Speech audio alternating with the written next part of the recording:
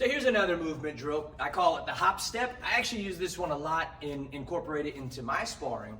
Now think, like the other drills we've worked on and the other videos that I've put out here, think about what we're really trying to do. If we're trying to invade or evade, if we're trying to get closer or get farther away from our opponent, how far are we really trying to move? I should never be in a position to where I'm trying to eliminate 6, 7, 8 feet of space between me and my opponent. Or I should never be in a position to where I'm trying to create 6, 7, or 8 feet between myself and my opponent. I'm only ever moving a matter of inches, sometimes a foot or two out of the way, or in the direction of my opponent. So the hop step moves me about a foot, maybe 6, 7, 8 inches, a foot out off of the line of attack. And this is an explosive one, and what I mean by that is I want it to happen now. And trying to be a little bit more explosive with it or a little bit faster with it, I'm using both feet at the exact same time. I'm engaging the calves of both legs, and I'm just trying to do that hop out of the way. I say hop, it's not really a hop or a jump, it's more like a slide because I'm not really losing connection with the ground. I don't want to jump out of the way. If you listen, when I do that, my foot actually kind of drags. I want to keep that connection to the ground as much as possible without, getting stuck on the ground. So this way I can attack or move again or throw a combination. So all I'm doing is if I'm on that line here, I'm just trying to get off that line of attack. This works really well when somebody's attacking the body side, because when you do this hop step, moving backwards to your backside is much, much easier than actually trying to move forward. So whatever attack is coming this way, could be a number 1, could be a number 3, could even be, a number 2 hook kick, depending on how my opponent is standing towards me. All I'm trying to do is just explode off of that line right there.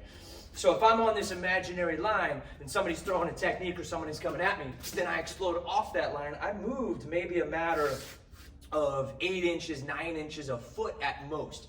Again, like I said, I'm not trying to move 3 feet out of the way, because then now more than likely, I'm 3 feet away from my opponent, which means I'll have to eliminate 3 feet to get in there before I can even throw my techniques. And by the time I eliminate 3 feet, my opponent has already moved, they're out of the way, or they're ready to attack with something else.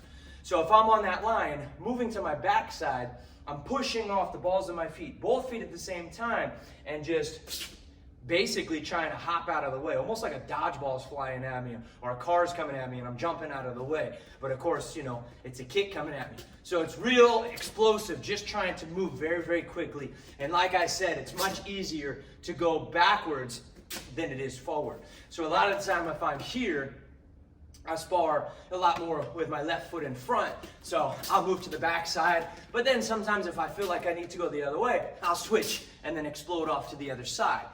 So to give you some sort of point of reference, if I'm standing right next to this bag here and I do this and a kick comes at me and I move, well, I'm still right here. I've only moved, like I said, a matter of inches away, 8, 9 inches away.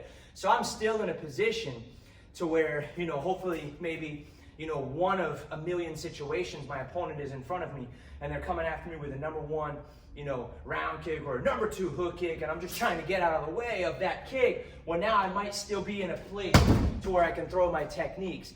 And if I'm not, I just recover, move,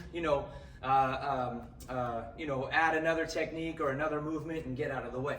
So the hop step right here, just a very small movement. I can switch feet, work my way the other way, switch feet, work my way the other way. So it's one more tool for you to put in your toolbox. Incorporate this into your movements, your warm-ups, your workouts. Like I said, there's a lot of different types of movements. You're gonna like some and maybe not like other ones as much as you like these ones. Do what works best for you. I incorporate this movement into my sparring a lot because it works well for me, but it may not work well for somebody else. Does it work? Absolutely. Figure out what works best for you and get really, really good at that type of movement, but always have more tools sitting off to the side in case you need to use them very quickly, okay? So hop step, another one, practice.